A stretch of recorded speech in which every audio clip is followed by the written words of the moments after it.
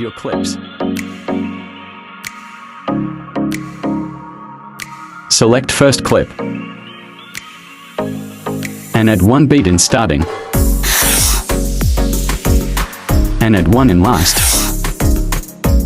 and then zoom the clips on both fingers. Do same process again on all clips.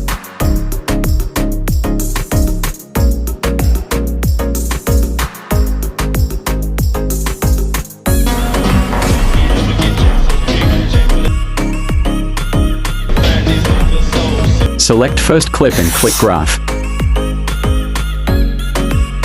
And select flow 2.